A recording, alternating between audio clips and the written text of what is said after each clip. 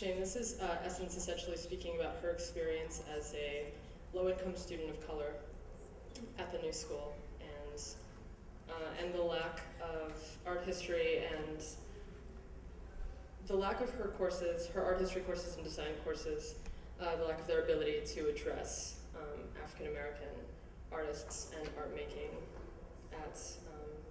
in her experience at Parsons. I think it's imperative to have individuals who look like me. At the end of the day, point blank period, that's just something that you would like to see. And Lord knows I love my professors. I do. Danielle Goldman, Ellen Graff, brilliant people. I wouldn't even say like, oh, they're amazing to be a woman. They're amazing to be a white woman. Like, these are very knowledgeable, like, brilliant people who I look forward to going to their classes.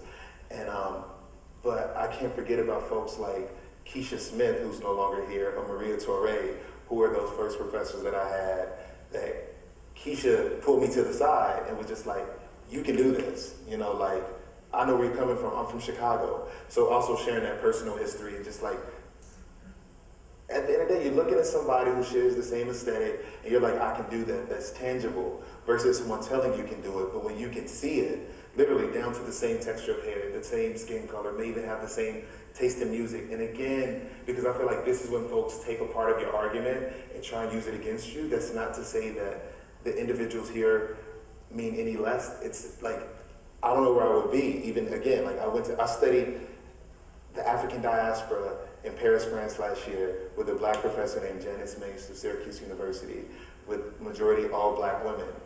And half of the things that I was able to go prepared with was stuff that I got from my white educators here or people with certain backgrounds that like I never would have imagined. But then there were certain moments where I just thought about individuals like Keisha and Maria who I pictured at some point 5, 6, 10 years ago who also would have been in that class with me.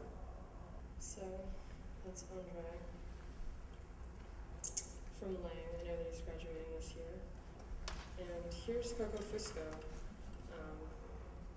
during the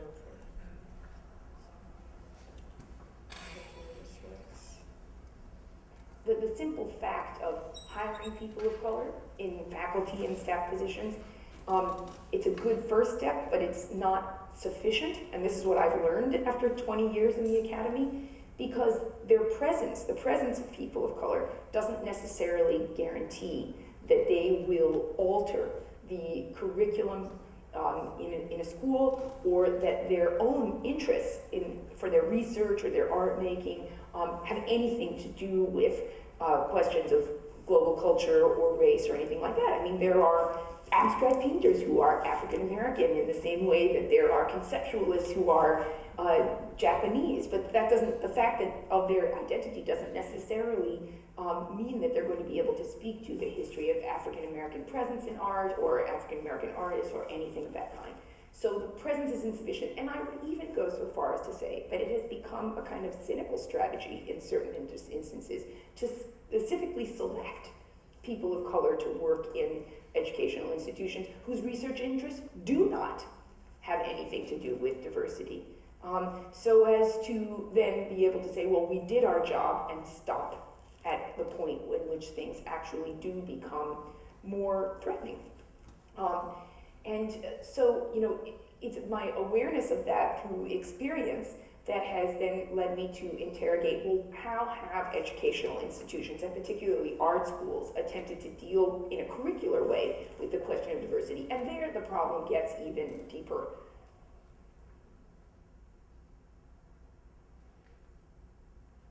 The most common way that I have seen in art schools that diversity is treated in the curriculum is either to ignore it, and to say that, you know, modernism is a universal language, or design is a universal language, or whatever it is a universal language. We don't need to worry about questions of race or diversity or ethnicity in relationship to these fields, particularly in studio, right? So that's one strategy, is just ignore it, right? Erasure. Another strategy is to contain it, to strategically contain it by creating really academically suspect classes that deal with diversity, that usually become opportunities for students to, in which students are invited to speak in a very autobiographical way about their experience, as if questions of race and diversity have no institutional framework, no theoretical framework, and no social history. So it's just about my problem of not being included, and this is my class in which to come and complain.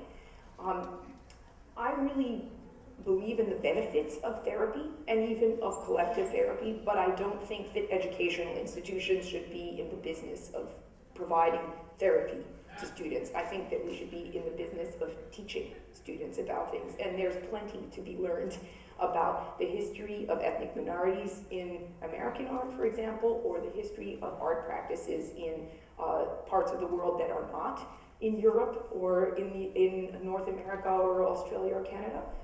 So that's one thing, is regional questions and areas that are left out of curriculum. Another issue is about the history of institutional practices around questions of race and diversity, museums as institutions, art history as an institution. These kinds of questions need to be brought to bear on art and need to be incorporated into our school curriculum. But then also the most critical issue for me is studio and how to deal with this, because this seems to me to be the big black hole.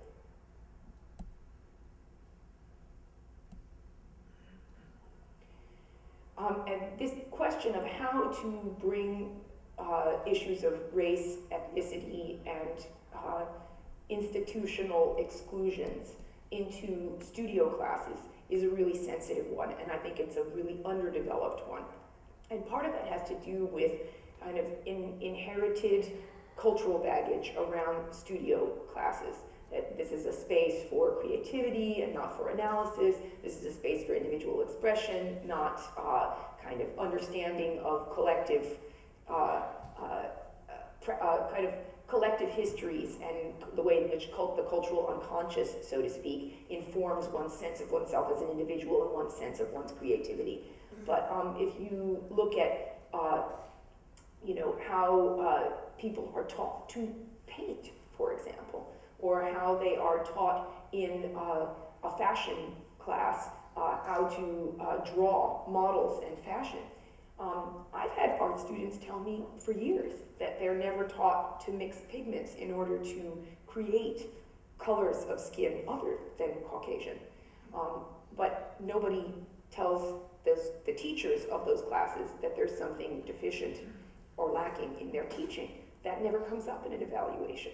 I've learned that fashion students are discouraged from drawing models that are not Caucasian, even though fashion magazines nowadays are filled with models who come from every part of the world, and that's even seen as a kind of plus for certain kinds of fashion and fashion spreads. They're discouraged at the educational level from imagining fashion in relationship to different ethnic groups, street cultures, etc. So, these are just very simple examples. I don't even want to go into the problematics of the crit and the way in which the personal likes and dislikes of individual instructors come to stand for universal truths about what you can and cannot say about an artwork. Suffice to say that I have witnessed crits in situations in which students of color are in a very distinct minority of one or two, in which they are shouted down by white instructors and white students for raising questions of race in a crit situation. These kinds of things are not going to be addressed through a diversity initiative that is simply restricted to hiring. Because if that's all you do, then the burden then falls to a very small group of professors to try to redress all of these things. I think what a diversity initiative really needs to be doing is retraining the existing faculty in how to be more open and more global in their approach to understanding art and design and teaching it. And they need a tremendous amount of sensitivity training around issues of race, ethnicity, and sexuality, and how to deal with that in the studio.